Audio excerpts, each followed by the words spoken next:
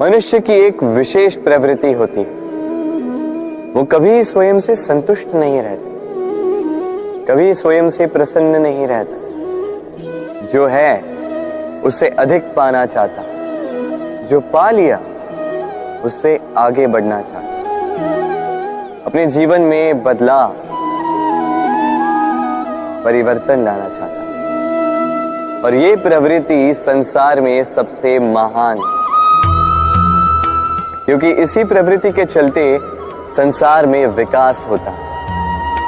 किंतु इस बदलाव के लिए मनुष्य उसकी खोज में रहता है जो उसके जीवन में बदलाव ला सके, उसे मार्ग दिखा सके, उसके जीवन में परिवर्तन ला सके। और इसके लिए मनुष्य संसार भर में उसे खोजता है जो उसके पास है।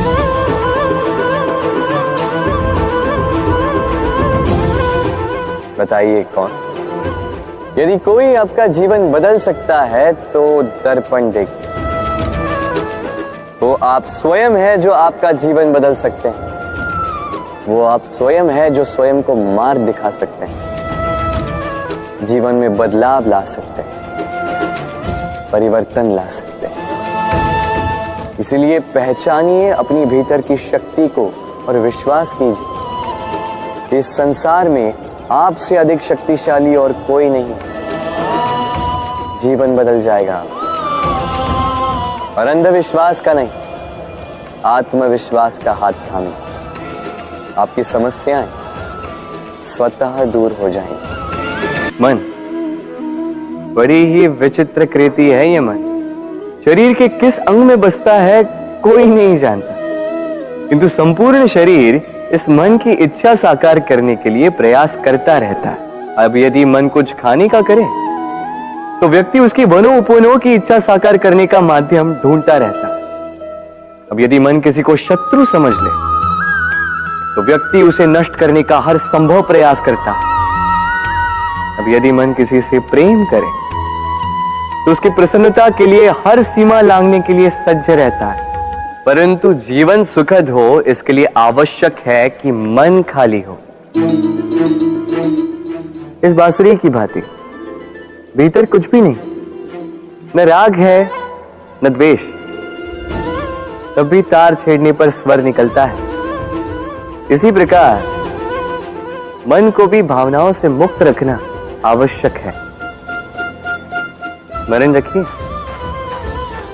मन में कुछ भर के जियोगे तो मन भर के जी नहीं पाओगे। भूल और मनुष्य, इन दोनों का संबंध कुछ वैसा है जैसा पंख और चिड़िया का, जैसा धारा और नदिया का।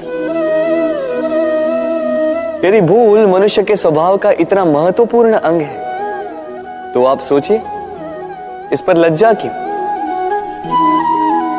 इस पर लज्जा करना ठीक है ही नहीं। वैसे देखा जाए तो भूल हमें स्वयं को और श्रेष्ठ बनाने का अवसर देती है, पहले से अच्छा प्रदर्शन करने की प्रेरणा देती है। अब कदाचित आप में से कुछ इस बात से सहमत नहीं हो, क्योंकि बहुतों की दृष्टि में भूल दोष को जन्म देती है, दोष अपराध को, और अपराध के लिए क्षमा नहीं दंड मिलना चाहिए। किंतु क्या आपने कभी सोचा है कि ऐसा क्यों होता है? क्या कारण है इसका? इसका कारण है भूल स्वीकार करने से बचना। यदि आप कोई भूल करोगे और उसे स्वीकारोगे नहीं तो वो भूल दोष में बदल जाएगी और वो दोष अपराध। तो साहस रखिए, अपनी भूल को स्वीकार करना अपनी भूल को सुधारने की दिशा में सबसे पहला कदम होता है। और स्मरण रखिएगा, यदि कुछ अपराध है तो वो है समय पे अपनी भूल ना स्वीकार। हमारा शरीर प्रकृति की सर्वोत्तम रचना है। जो अंग, जो तत्व हमें मिले उन सब का अपना अपना एक संदेश है। दो आंखें दी हैं देखने के लिए, दो कान दिए हैं सुनने के लिए, नथुने भी दो हाथ दिए हैं दोहरा परिश्रम करने के लिए, किंतु जीव केवल एक। उस पर भी नुकीले बलिष्ठ दांत दिए हैं उनकी रक्षा के लिए। कभी सोचा है क्यों?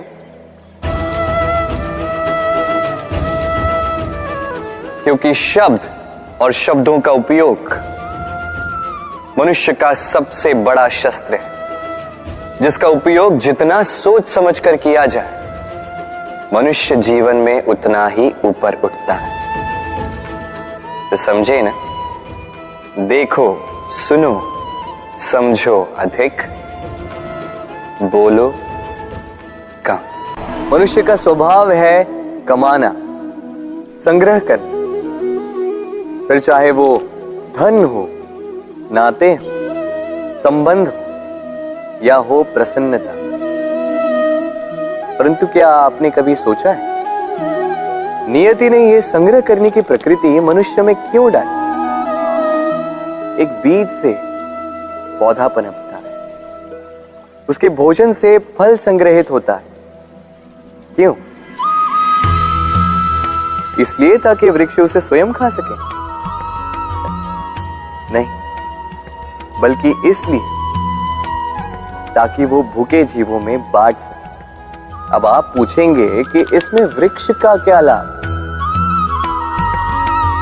लाभ है, क्योंकि जो बांटता है वो मिटता नहीं। जो फल ये जीव खाते हैं वो उसके बीजों को वातावरण में बिखेर देते हैं, जिससे जन्म लेते हैं नए वृक्ष। उसकी जाति, उसका गुण, उसकी मिठास अमर हो जाती है।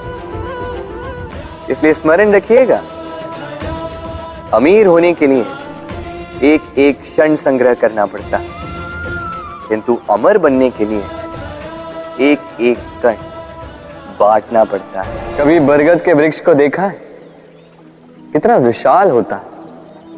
कभी कभी भय लगता है कि इन भारी डालों का बोझ ये तना सह भी पाएगा या नहीं। भय लगता है कि कहीं ये वृक्ष टूट कर न गिर जाए, किंतु नहीं। समय पड़ने पर शाखाओं से निकलने वाली ये बेलें धरती की ओर बढ़ती और फिर स्वयं जड़ बनकर इस वृक्ष को सहारा देती। इसी प्रकार जो परोपकार करते हैं, सत्कर्म करते हैं, उन्हें स्वयं के लिए चिंतित होने की आवश्यकता ही नहीं, क्योंकि उनके कर्म ढाल बनकर उनकी रक्षा करते हैं। इसीलिए जीवन में सहारे की नहीं, कर्म की चिंता कीजिए। राधे राधे।